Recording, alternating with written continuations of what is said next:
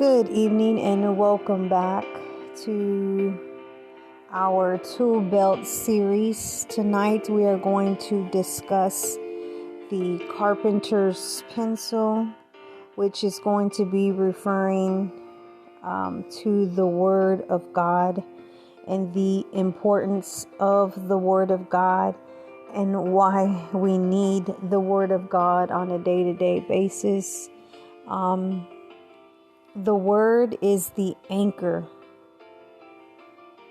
It is the unmovable anchor that we need as we go through our storms, as we go through our trials, as we go through our testing.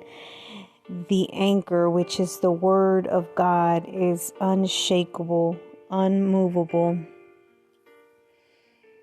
and is the only thing besides God and His presence will sustain us as we go through things, as we face situations, as we face certain people, as we face things that hurt us, that make us uncomfortable. We can always rely on the anchor, our anchor. The Word is also, as you know, when I said this before, it's the instructions manual. And you ask me, well, what is it? What's the Bible all about? And there's a couple things that I'm going to be quoting Dr. Charles Stanley that I wrote down, but I'm quoting him. And he says that the Word of God, the Bible, it's an unfolding revelation of Himself. God is revealing Himself through the Word, through the anchor. And that right there was that statement that he made of when someone asks you, what is the Bible? What is the Bible all about? It's unfolding. It's an unfolding revelation of God, the Creator Himself. And it just hit me, and it was a powerful statement that he made. In Genesis 1:1, in John 1:1, it all happens in the beginning. John 1:1 says, in the beginning was the Word, and the Word was with God, and the Word was God. Genesis 1:1 talks about, in the beginning, God created the heavens and the earth. And then further down as you go and read, it says, and God said, let there be light, and there was light. And when you read these things, it says, in the beginning, God created. But before God could create, first of all, the word created means bring something into existence. But before He can create and before He can bring anything into existence, there had to been a thought, right, to come into the mind. God had to start imagining the beauty that He was about to create. It was a thought first. And after it became a thought, He spoke it into existence. And God said, let there be light, and there was light. The power of the Word, the power of us being His creation. He spoke us. He spoke you into existence. He thought of you. He imagined you. The fullness, the wholeness, the righteousness, the beauty, the glorious one.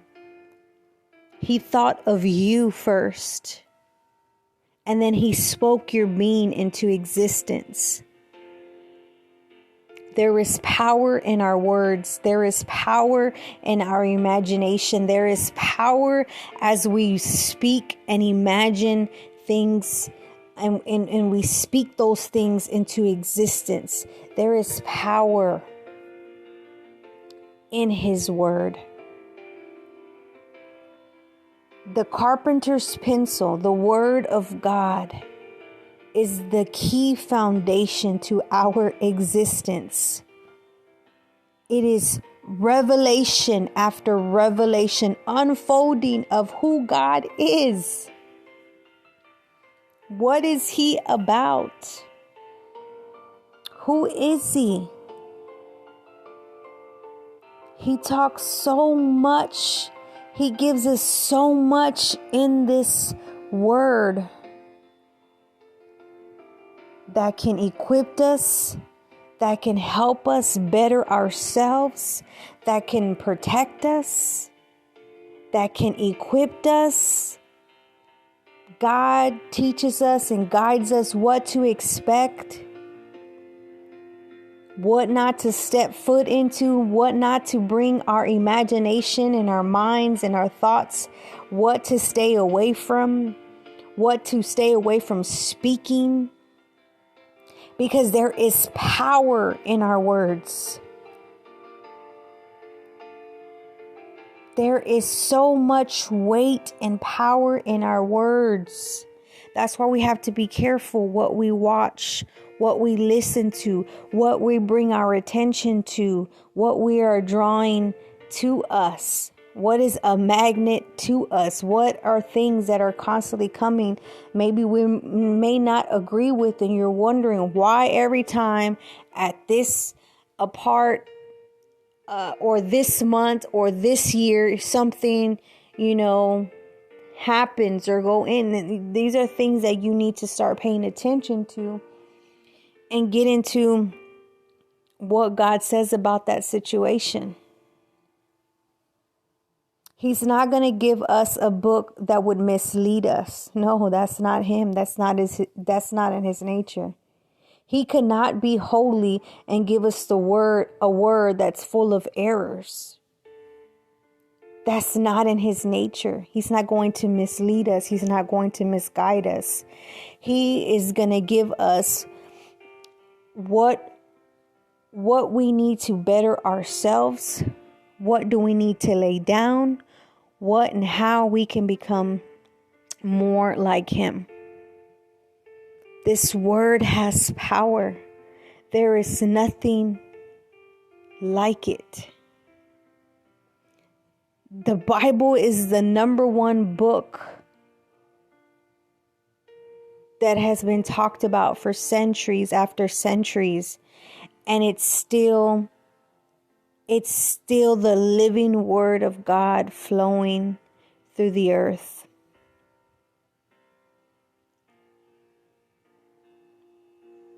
It has power. It will sustain you. It's unmovable. It's your anchor to your storms.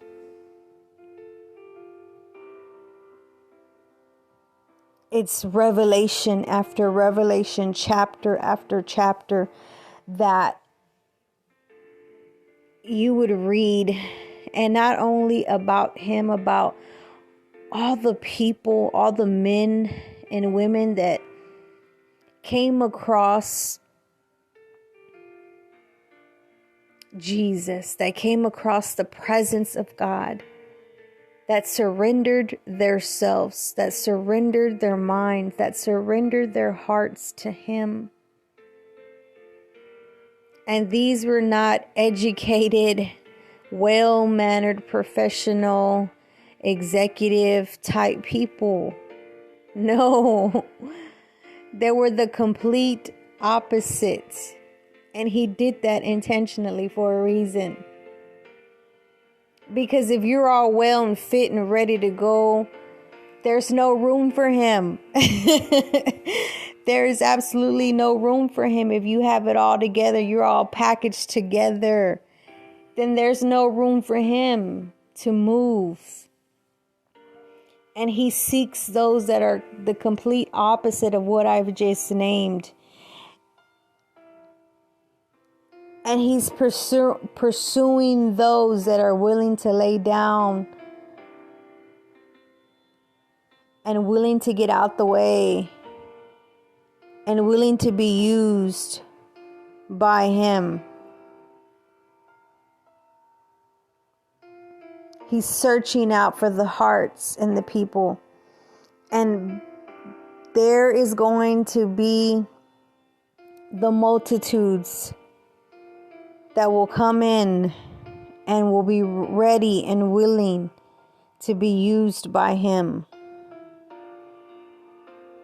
Because they have experienced the world and they know what the world has offered them.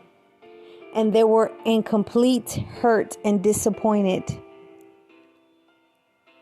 But they will meet the one. They will meet the one, the love that they've never experienced before.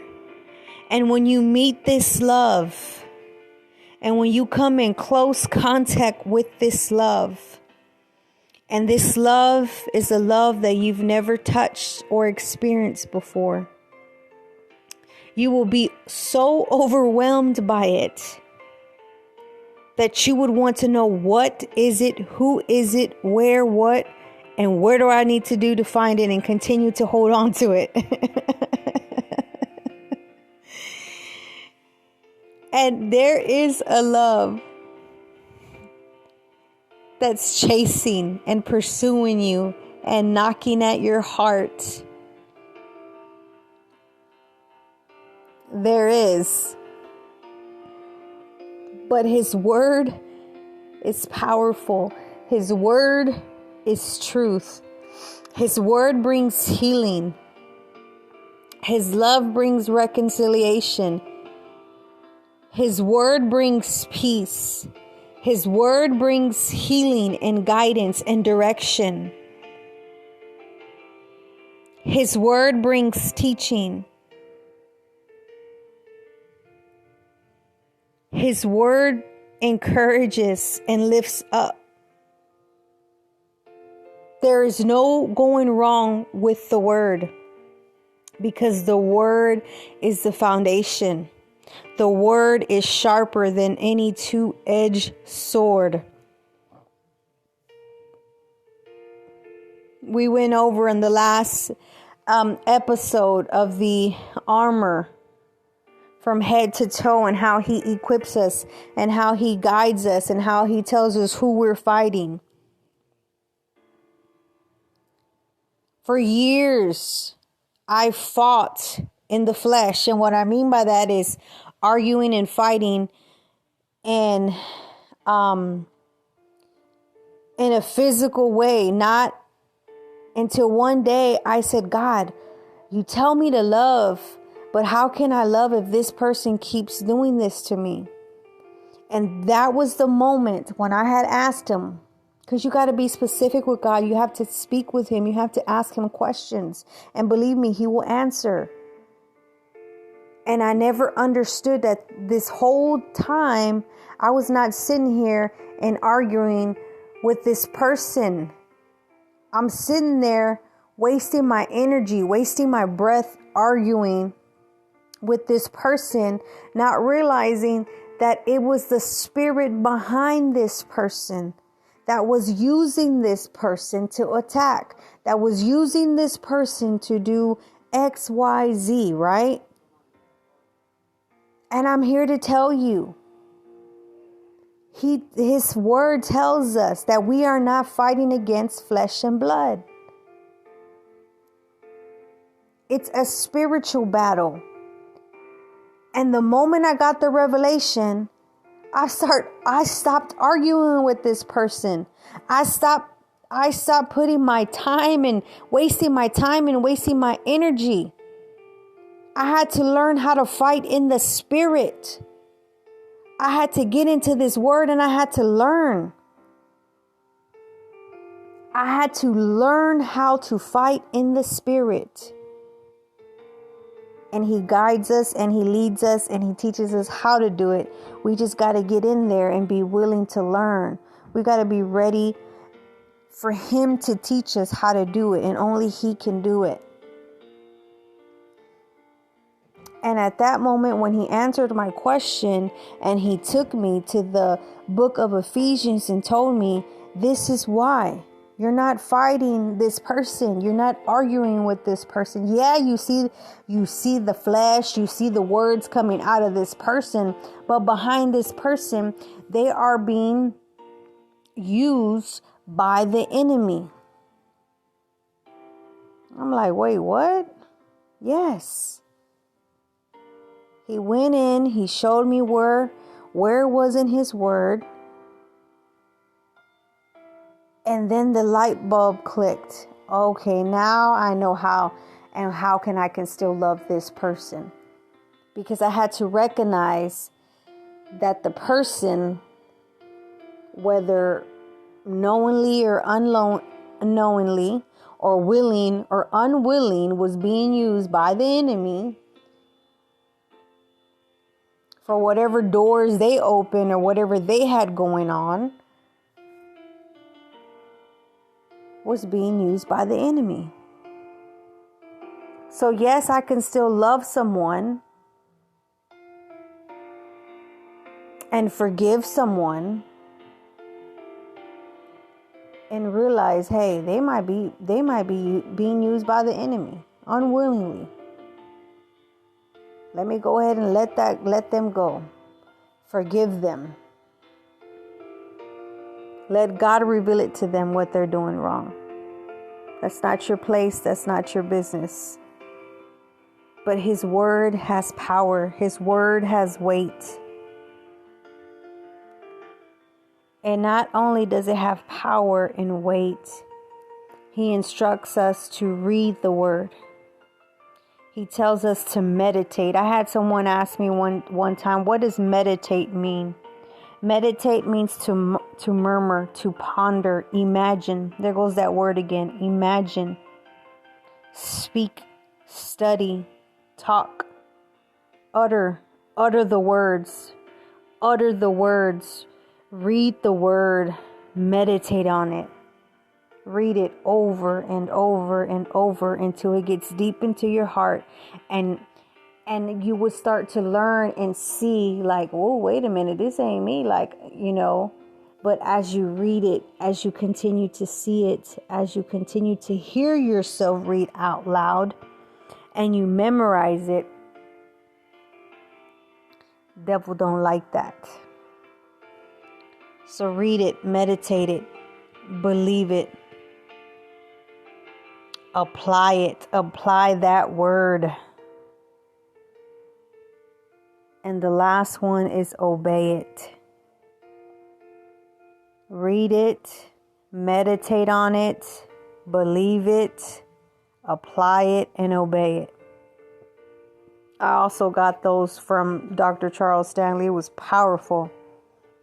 I'm like, yes, read that word, meditate on it, believe it, apply it, and obey it. Because what is the word? What is the purpose of having the word of God? And you have it right here. There's absolutely no excuses. And if you don't like to read, go ahead and download an Audible Bible. Go ahead, and if you have a job that they allow you to have your little earphones and you like to listen to music, go ahead and read it. Go ahead and listen to it. Go ahead and listen to your Audible Bible.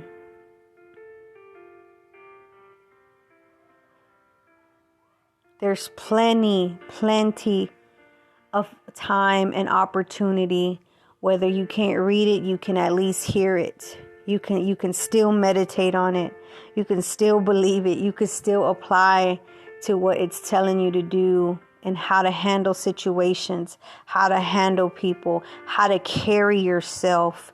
The word of God is powerful. It's so equipping. There's so much fruit in it. There's so much meat in it.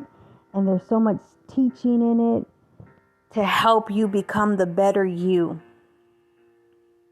There's nothing like it. There is nothing like that carpenter's pencil that is so essential to a carpenter as he does his task, as he tries to do and complete his project. There is nothing like it. This carpenter's pencil is vital and essential to his work. He needs it every time and on a day-to-day basis to complete a project. He's going to constantly need that pencil to do his markings, to do his measurements, to write down his measurements, to the cuts, to draw a line of where he's going to cut into the wood. This is a constant essential tool that he will need. And just as a carpenter needs his pencil, us as sons and daughters, us as kingdom residents, we need this word of God. Just like we need breakfast, lunch, and dinner, we also need the word of God, breakfast, lunch, and dinner. By all means necessary. By all means necessary. It is key and vital to our lifestyle every day. And as we read it, as we meditate on it, as we believe it, as we apply it to our day-to-day, and as we obey it on our day-to-day, it will transform us from head to toe. I pray that you guys enjoyed our first tool, and discussing and going over the purpose and the function of this tool, of the carpenter's pencil. As always, guys, thank you much. Thank you guys so much for the love and support. Thank you guys for listening and watching on YouTube. As always, leave your comment, share, and don't forget to subscribe. I love you guys. And until the next time, be blessed, be true, and be you.